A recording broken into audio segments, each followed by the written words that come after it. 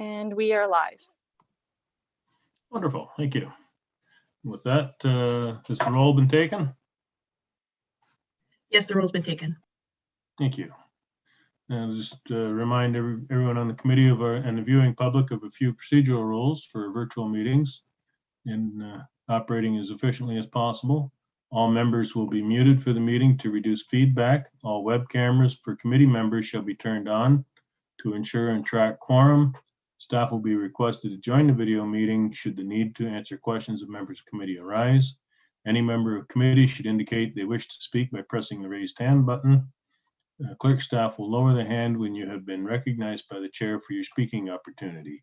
In the event a connection or service interruption occurs that affects quorum of the committee of the whole, we may recess the meeting for up to 15 minutes to regain quorum. If quorum is not achieved, the meeting will be adjourned. All members of the committee participating via online video conference will vote using eScribe, and the clerk will announce the vote results. Members of the public who registered as delegates are now able to take part electronically via webcam or via the telephone for the meetings. All rules for delegations under the city's procedure bylaw continue to apply. And with that, are there any declarations of conflict of interest? Seeing none. There's just one administrative note to address prior to the separation of reports. There is a clerical error in clause C2 of item 521, capital projects update federal gas tax allocations, which notes the bylaw number to be repealed as 12-2021, when this number should read 14-2021. This has been corrected for the motion and will be changed for the committee report submitted to council. Members of the committee, are there any budget report items for consideration or consent items you wish to separate for discussion?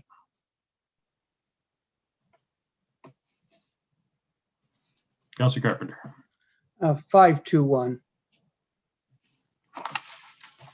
Okay. Any others?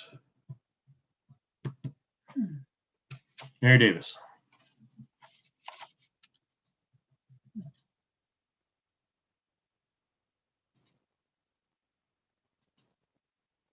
Mayor Davis, did you have a separation? That's space, but yep, it's working now. 5.22. Any others? Seeing none, can I have a mover and a seconder for all items for consent? Councilor Utley, Councilor Vanderstelt, thank you. For all items of consent not separated for discussion purposes. With that, we'll call the question.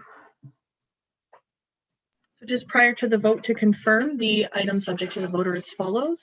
Item 5.1.1, paramedic services revised 2022 budget submission timeline. Item 5.3.1, quarterly status report of contracts awarded. Item 5.3.2, quarterly reserve and reserve fund update, and 5.3.3, the minutes.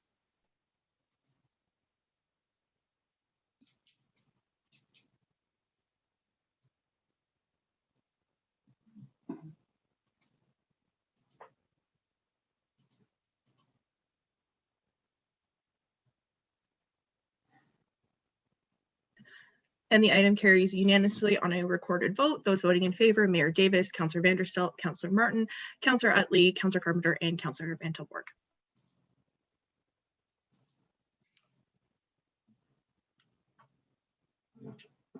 Okay, we have no delegations or presentations for tonight's meeting. Can I have a mover and a seconder to put the separated items on the floor? Moved by Mayor Davis, second by Councilor Utley. Okay, the first item is Councilor Carpenter, 5.2.1. Yes, a question to staff. And I see you explained why you moved the items around. So really, we received the funding, extra funding from the federal government. I guess this is federal gas tax. Yes, it is federal gas tax. So federal government gave us a lot of money and we were not able to use it for some projects. So we sort of shuffled other projects around. Is that how we did this? Kind of like a budget shell game? Through Mr. Chair, yes, the government did just recently announce the additional federal gas tax funds. So there is a timeline on when we need to spend these funds. So that did cause staff to look at some of our existing projects that are getting shovel ready and ready to go. And could we use gas tax in place of some of the other tax supported funding that had been previously approved for those projects? So that's what has been done here. And we are allocating gas tax funds to other projects that would be eligible to use that money and using that to replace some of the tax supported funding that was previously approved. Yeah, so you're talking about two debenture that we're going to do, and now we're not doing those debentures. Is that the idea? Yes, that is a result of this exercise. Yes. Yeah, and some of the gas tax money going to be used for both the Airedale Community Park and Dufferin, or no, or none? Through you, yes, Mr. Chair, there is a small portion of gas tax that's going to be used for each of those projects. The entire project isn't eligible, but some of the amenities in both of the parks are eligible for the gas tax funding. So you moved as much money in there as is eligible under the gas tax grant. That's correct. Okay, and was there not other capital like roads projects and that didn't get funded that we could have moved forward as well? Were there other options, or? Through you, Mr. Chair, again, it's really just the time sensitivity around this. So looking at projects that were shovel ready. So that really did lead us to look at some of our existing projects that are almost ready to be constructed. There was a number of projects that were considered. And then again, when we put those projects up against what is eligible for the gas tax funding, these are the projects in table 3 in section 10 of the report, beginning on page 14 of the agenda, were the ones that were identified as being most shovel ready and eligible to use the funding. Okay, and when you say we, who made this decision? How was this decision come upon, and who was involved in making it? In looking at the gas tax funding, definitely staff from both finance as well as public works, infrastructure planning area was involved. Okay, thank you. Anyone else have any questions or comments on this item? Seeing none, I'd just like to thank staff for this. This is a creative use of extra money that we came into, and it's much appreciated the way this has been handled. With that, we'll call the question.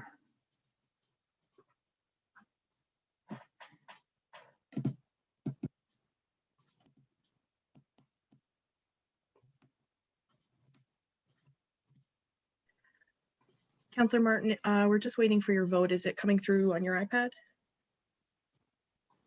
Didn't come up initially, should be coming through now. Perfect, just got it. Thank you. Good.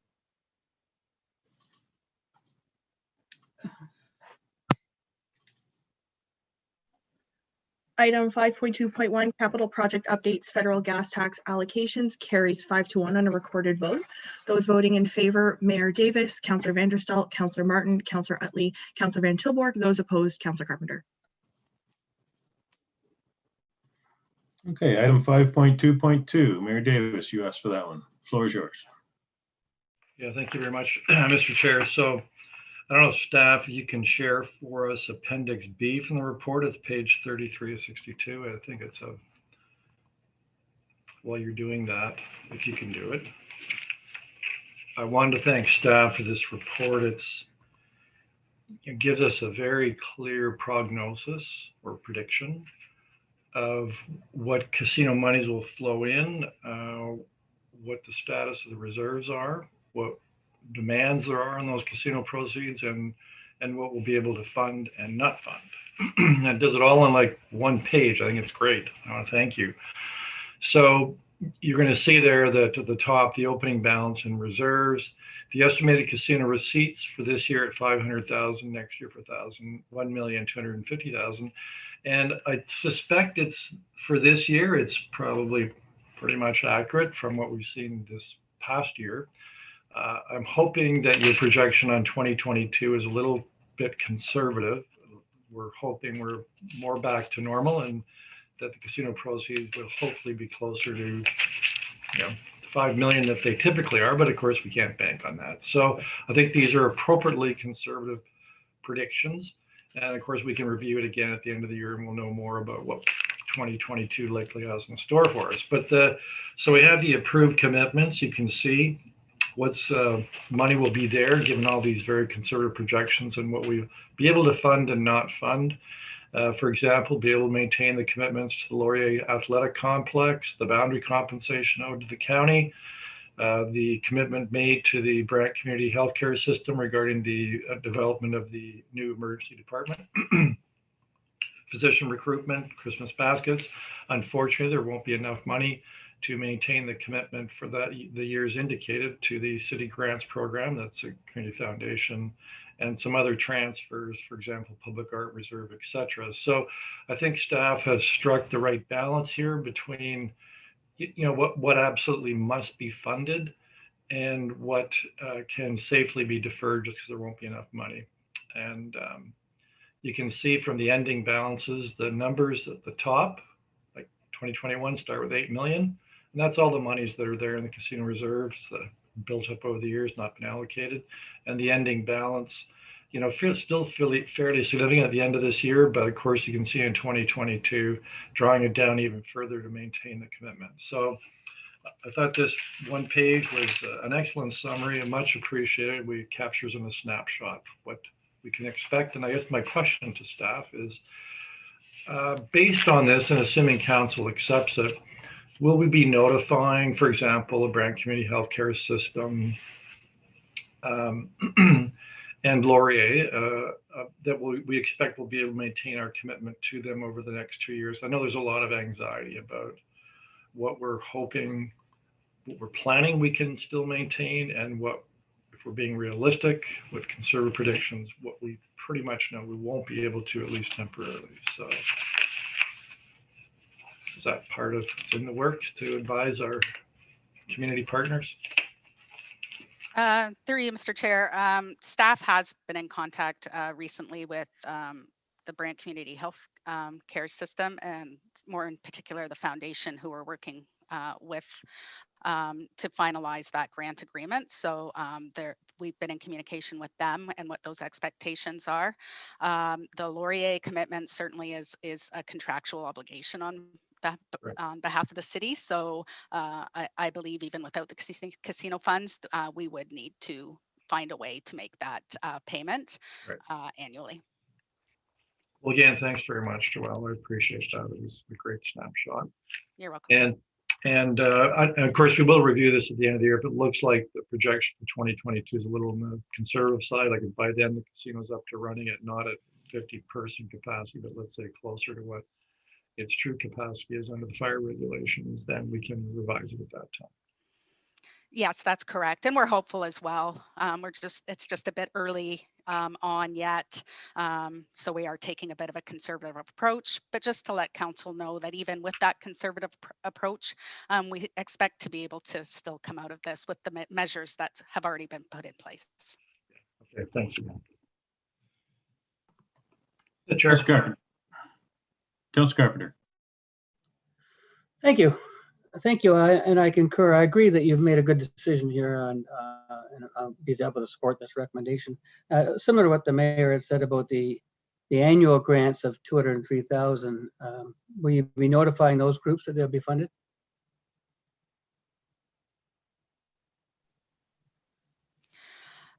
Through you, Mr. Chair. I believe those groups are aware, and I believe that funding for this year has already been flowed to them. So as part of the mitigation report the council approved last October, it was identified that these particular groups, we would continue the funding for 2021. So I believe funding has begun to flow to them. Okay, and we can't really give them any information on 2022 because that's just a best guess, right? I'm sorry, could you repeat that? We can't give them any indication of what's going to happen in 2022 because that's still just the best guess at this point. Yes, we've just done this analysis based on some estimates and what was previously approved for use of the casino funds and how we might land, but we'll definitely be following up with council probably at numerous points through this year on updating our ability to make our commitments for next year. And the transfer to capital that you've got in for 2022, is that supposed to be an annual increase? An annual contributor transfer capital? Under the current use of casino funds policy, 20% of all casino revenues are used to subsidize the capital program. So that is just 25%, or sorry, 20% of our anticipated 1.25 million that we're using as the conservative estimate for 2022. If that number grows, then the transfer to capital would increase proportionately as well. And the 555,000 that you got for animal control, what is our commitment to that, to the animal control for that project?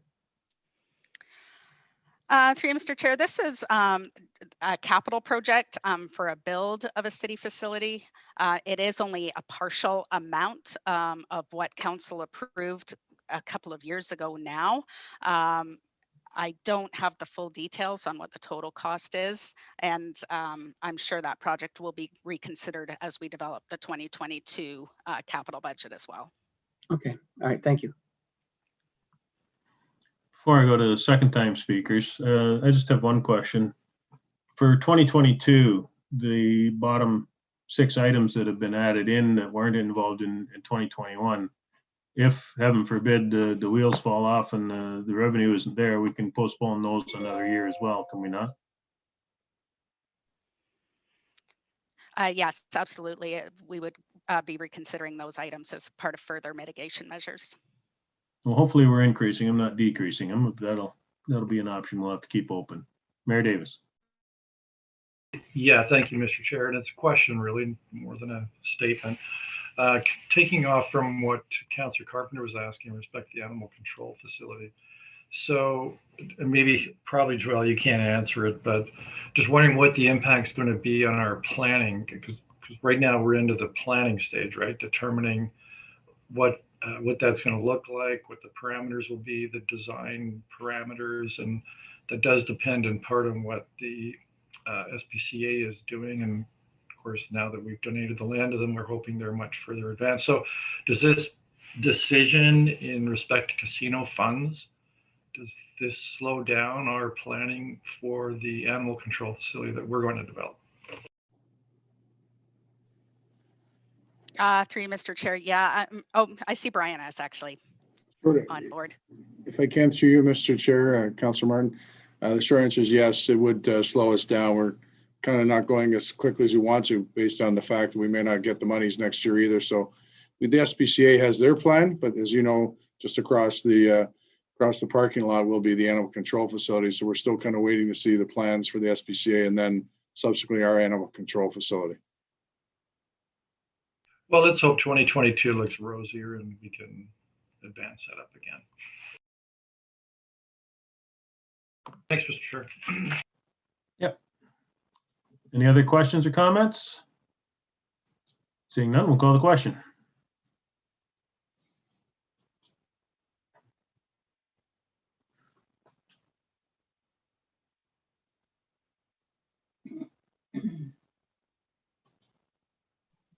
Item 5.2.2 casino funds update carries unanimously on a recorded vote. Those voting in favor, Mayor Davis, Councillor Vanderstilt, Councillor Martin, Councillor Utley, Councillor Carpenter, and Councillor Van Tilburg.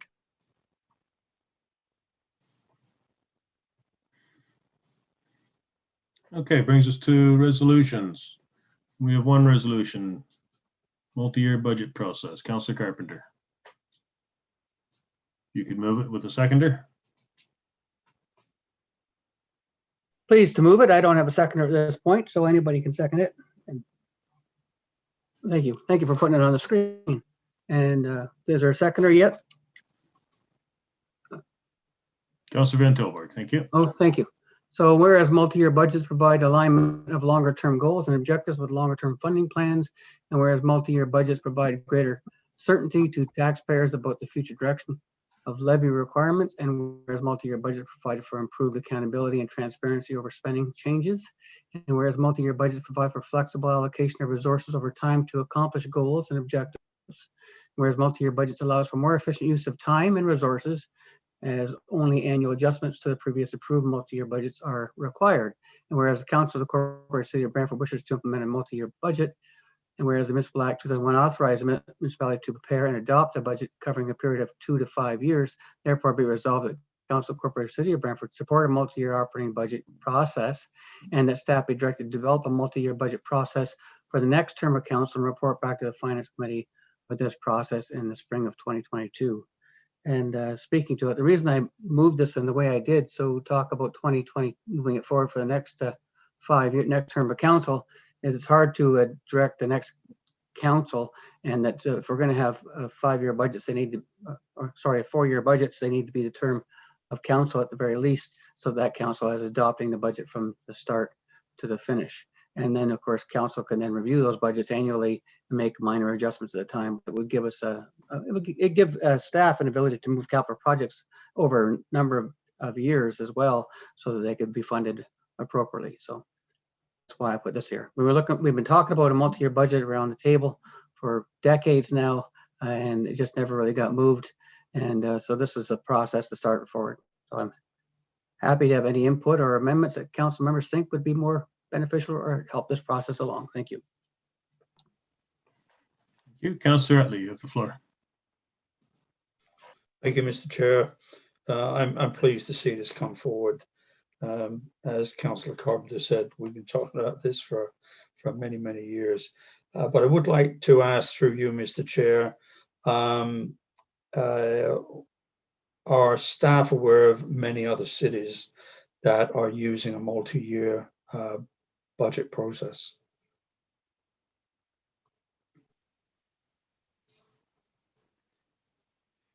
Through Mr. Chair, yes, we are aware that it is becoming widely used across the province, especially with larger municipalities.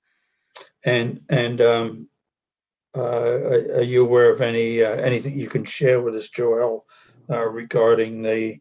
I guess there are some difficulties when you start up anything relatively new, and how have those other cities been coping with those initial challenges? And then the other part of that is what benefits have they had since introducing a multi-year budget?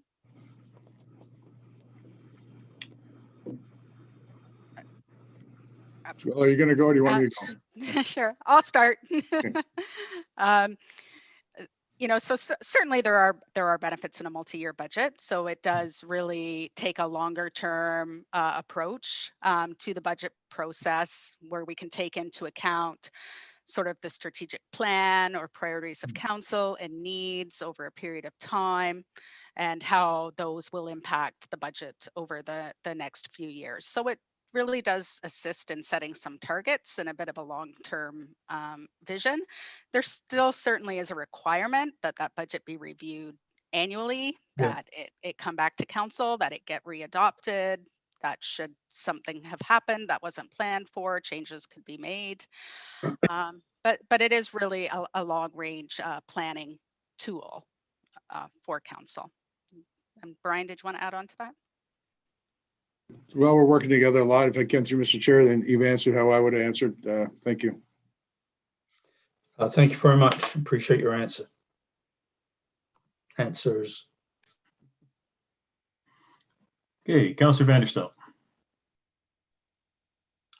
Thank you, Mr. Chair. I apologize in advance if you hear anything in the background. There's construction happening just outside my window, and on a day like this, I'm not closing my window. It's nice out here.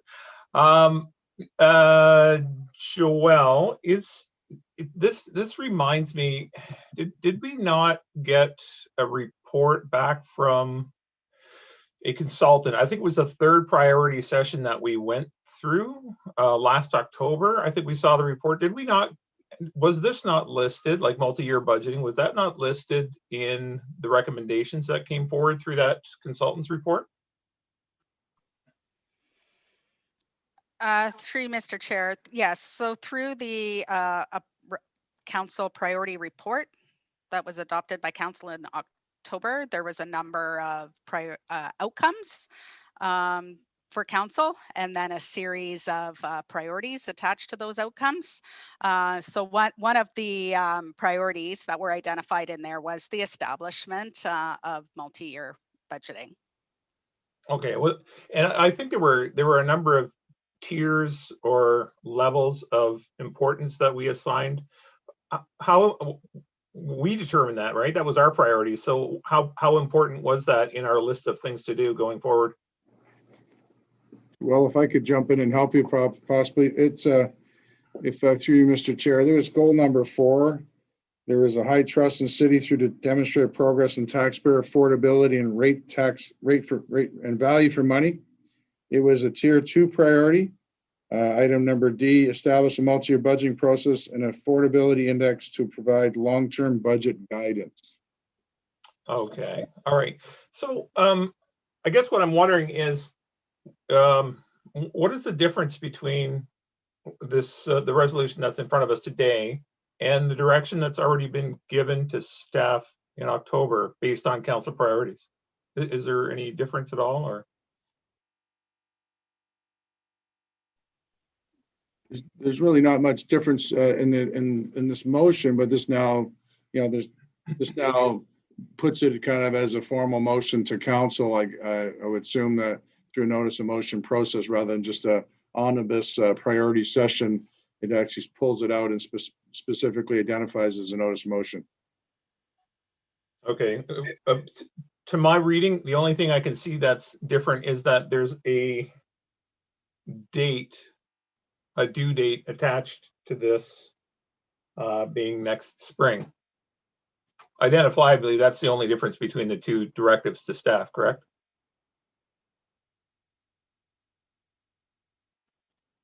Yes, there's a specific date now to it comes forth. We're planning on these priority 1, both priority 1. Remember that session last September, October. Priority 1 was be done by the council. Priority 2 was attempt to get it done by the council. And priority 3, if you got it done, that's an extra bonus point. So we were attempting to get this done by the council.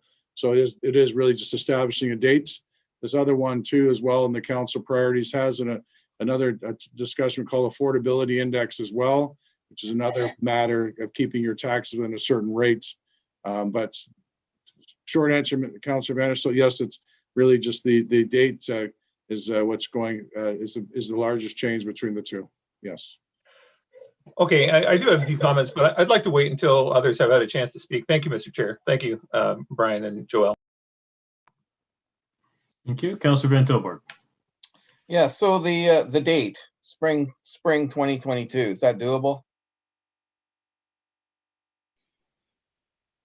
We believe it is. We'll have the budget hopefully done by the January timeframe. We'll be bring something forth in a model to bring forth in the spring. I think it'll be a model, Councillor Van Tilburg, but it's not the budget as the motion says, but it'll be a model of how the next council will look at a multi-year budget. And I think that, yeah, I guess that's the idea. At least we're getting in the right direction. My thing that I want to get at is, will this save us time once it is established? Once you have the multi-year process, does that make the second, third year easier to move forward? Because there will be those changes, but because it looks like you're gonna have a lot front loaded, and then I'm hoping it will be easier on staff time. Would that be a adequate assessment? Yes, through you, Mr. Chair. That is one of the benefits of moving to this, is an expected decrease in the amount of time after year 1 that's required to consider the annual budget. If I can, through Mr. Chair as well. Yes, Joelle and I, I've done this before in other organizations, and what it does, you are right. The first one is the hardest, the biggest hill. After that, you're into assumptions. When you're assuming things 2 or 3 out, when you come back those years out, you have to validate your assumptions and what the variances were. But it does save a fair amount of time if people agree to the first one right up front. Okay, and yes, I did think this felt very familiar, and I was doing one of those scratching my heads. Did we not do this? And I really just think this is a good way to clarify things and keep it front and center. So I'm still very happy to support it. Mayor Davis. Thank you very much, Mr. Chair. I got a couple questions for Mr. Hutchings. So, Mr. Hutchings, I seem to recall during the actual interview process that this was something you talked to us about. Is that not correct? Yes, it was. Something you had done in other organizations, and there have been many conversations you've had since then with myself included in council priority setting session. This is already one of your own priorities in terms of CAO and what you're setting out to try and accomplish during your term here. Is that not correct? Yes, it is. Okay. And based on the council priority setting session from last October, what actually have you and staff done in respect to determining a multi-year budget process, and what were you intending to do regardless any such resolution we have before us today? We've had a couple meetings thus far as well, and in fact, we're meeting again next week, regardless of this notice of motion. And we were meeting with her team to go over two things: what a capital budget process, and also multi-year process, what that would look like, either for this term of council or next term of council. We don't think we could get it with, COVID has, I'll be very frank, COVID has really a lot of things we do have affected our numbers and everything else. So, as you saw in this year's financial statements, but we are planning on bringing that forth, and probably just bring a regular budget forth this year, but we were planning to bring a framework for next year. And the affordability index is also a very important part of that. That's the front end of it. People can't forget about that. You just can't set a budget and it's going to be a certain percentage. You have to look at what your community can afford. And that there's examples of how that's done as well. So the short answer, to summarize, we've had a few meetings about this. We're having more. We're planning on doing a regular budget process this year, but also having something as the notice of motion said, something in the spring to come forth. Right, and so that's what you were planning on doing regardless of this resolution. Yes, it's in the council priorities, but it's also, as you know, and Joel and I have talked many, it's been a goal of staff's. Okay, so is this resolution necessary then to bring it forward? I think it reconfirms what council wants and takes it from the priority into exact motion. So I think that it would reconfirm and emphasize that's what council wants to do. Okay. Thanks, Mr. Chair. Before I go to second time speakers, just have a few comments and questions. The mayor touched on a lot of what I wanted to ask, but this is something that if COVID hadn't been a problem that it is, would you be further along on developing this? Most definitely. In COVID last year, if you do a rewind on last year, all the projections we were doing and all the numbers just weren't in sync, as you know, and so it really took a number, and even year end, Joel's team has really done a lot of work with COVID accounts and pulling numbers in and pulling them out. Short answer is yes, we would be much more advanced in this area. Okay, thank you. And I agree, this is something that council has asked for with our priority setting session. It's something that Mr. Hutchings has indicated it is a priority for him, something he's done in other organizations. This resolution reminds me of Trudeau announcing vaccines coming in again and again and again, when it's the same ones over and over again, and they're promised for months out. I don't think this resolution is necessary. I think it just reiterates what staff are already doing, what council has already requested of staff, and staff are complying with it. So I see this as being a redundant resolution myself. Councillor Carpenter, you have the floor. Thank you. After being thoroughly insulted, thank you very much by most of the council members. Thank you. Mr. Hutchings, I raised this issue at the beginning before we started the budget process as chair. That we'd like to have a resolution about direction towards the end of the finance committee when the budget was being approved. That didn't happen for other reasons, COVID and other reasons. But I want to ask you a question. Is everything on the priority setting session going to be done this term of council? No. Every item? No. Okay, so because it's on the priority session doesn't mean it's going to be done necessarily. As I said, item session priority ones, we're trying to get done. Priority twos are nice to have and want to have, and priority threes would be a real bonus. So that's how it's kind of described. But so the short answer is not everyone will be done by this term of council. So is the 4-year budget a priority 1 item? It's a priority. So if I can through Mr. Chair, it's a priority 2 item. So it may not have got done necessarily. Yes. Okay, so because I keep hearing that there's a redundancy here, that we don't need to do this, we don't have to move a resolution. Maybe if somebody else had done it, it wouldn't be so controversial for some of my colleagues around the table today. I'm a little surprised. I'm more than surprised, quite frankly. This actually gives direction that it actually be completed this term of council, so that everybody works on it and the council agrees that this is a priority to be done this term. Is it not? Is that a question for me? Is that a question, Yes. Councilor Carter? No, it's a question for you. Okay, thank you. Just know that would, yes, if this notice motion were to be, would give staff direction to finish this term of council. Yes, it would make it clear. So, all right, thank you very much. I think I've said about enough there. I'm just a little put back by members of council just saying how this isn't necessary and we didn't need to do this, and it's been a priority for some time. So, there's no need to be attacking me, Councillor Martin, by comparing me to Trudeau or anybody else that you dislike. I really take offense to you using those comments. I know you won't apologize. I know that doesn't happen, but it should happen. Thank you. Councillor Vanderstel.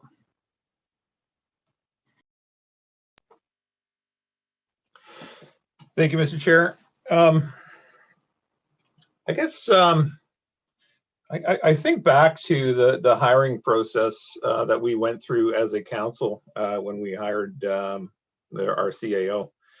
And one of the things that riveted my attention was his attention to multi-year budgeting back in the Niagara days, and bringing budgets in early in 2011, 2012, moving on to Brock doing the same thing and starting that conversation here as well. And if there's one thing I've learned through politics and otherwise, a fairly decent indicator of people's behavior is their past behavior. So I kind of view this in a different light. I see it from the perspective of, we already knew the potential that what we were getting in hiring Mr. Hutchings, Mr. Chair, and I think we were all quite confident and have been quite confident in all of those skills and abilities he brought to Brantford. And I saw no reason why those efforts would not be continued and duplicated in Brantford as well. That's just common sense. So when all things considered, when you consider the full workload that is placed on staff, senior management team right now, to think of a few, you'd think of right off the top, you'd think of COVID and EOC and management of that, relocation of all of our staff, potential power merger, a contentious issue that doesn't seem to go away, doesn't seem to be put to bed, a extended period of time fighting in the courts on the same issue. I could go on about all the things that detract from our senior management team being able to spend more time on this tier 2 initiative. But here's where I kind of have a problem. We've had the discussion now about the only difference being the date of spring 2022 being the only difference between the original priority session direction given to staff and what this resolution says. Well, I feel that this is beating a willing horse. I feel that this is an insult to our staff and our team and Brian Hutchings. From my perspective, and in my opinion only, this is saying you're not doing these things fast enough and we need them done sooner. As a matter of fact, I'm going to be the one to tell you to do that sooner. That's what the date says here. I'm content with the fact that Mr. Hutchings and the senior management team has been talking about this for a long time. I'm content with the fact that we have made it a priority as a council. I'm content with the fact that our staff has shown repeated interest in making sure that this is a priority over the years, albeit 10 years. And quite frankly, I don't see this as putting back or attacking, or I don't take any offense. I don't have any problem with it. My problem is it puts the boots to staff during a double lockdown in the middle of a pandemic to tell them to hurry up and get the job done. So I would rather not support this. I'm quite certain that we have 3 or 4 more years, hopefully 7, left in the contract with Mr. Hutchings. I have no doubt his intentions would be to clear this and make it work properly, similar to what he did for the region of Niagara. I look forward to the multi-year budget process. What I do not look forward to is political infighting that gets in the way of staff doing their work. Thank you, Mr. Chair. Thank you. Mary Davis. Yeah, I don't think anybody needs to get offended or anything. It's, you know, the question is whether a resolution is necessary. And, you know, you can bring a resolution. A resolution can sometimes be brought because staff need a direction or focus, and it is required. And so I think those of us that, you know, when you know staff are working on something and that they're planning on bringing something forward, then, you know, my perspective is you don't need a resolution because they're already doing it. So I take a pretty simple viewpoint. I don't intend to insult anybody. It's just, you know, whether it's needed or not. And from what I've heard, what we've heard from staff, it's, you know, apparently not needed. So it's being done anyways.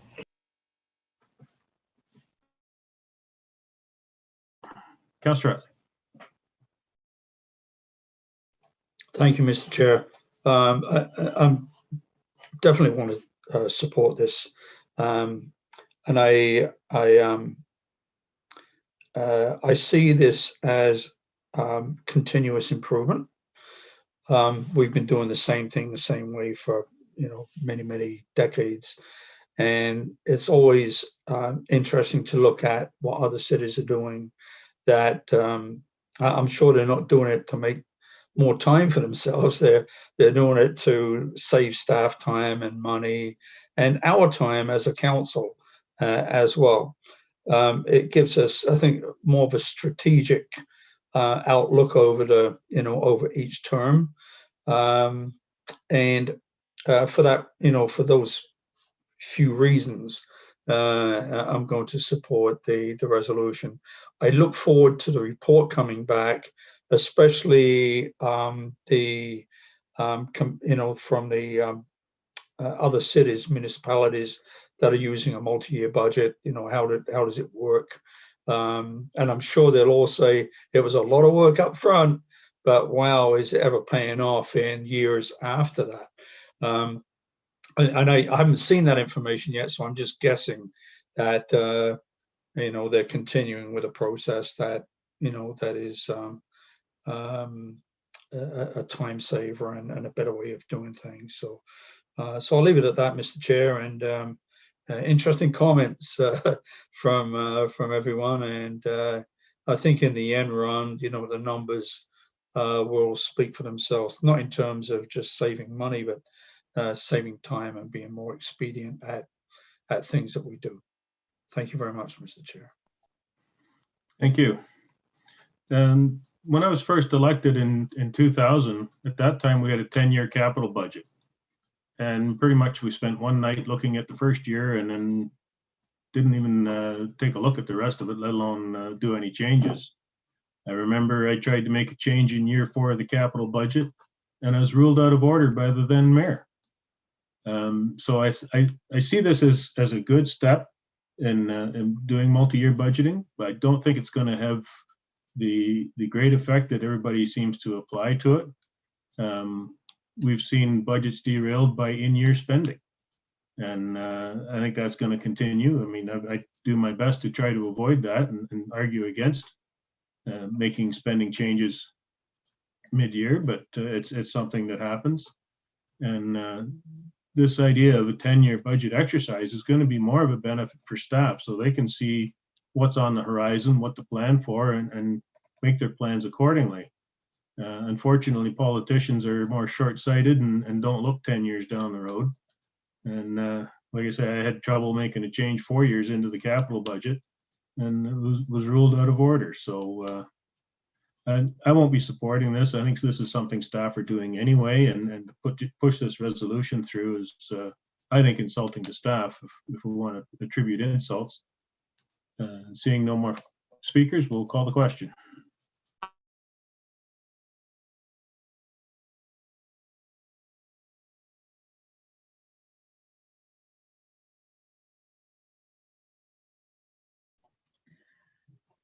Item 6.1, multi-year budget process, loses on a tie vote of 3-3. Those voting in favor, Councillor Utley, Councillor Carpenter, and Councillor Van Tilburg.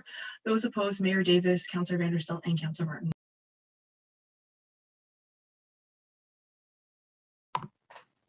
Okay, we have no notice of motions. Are there any questions from members of council? Seeing none, we are adjourned. Thank you, everyone. Good night, everyone. Good job, Mr. Chair. Thank you.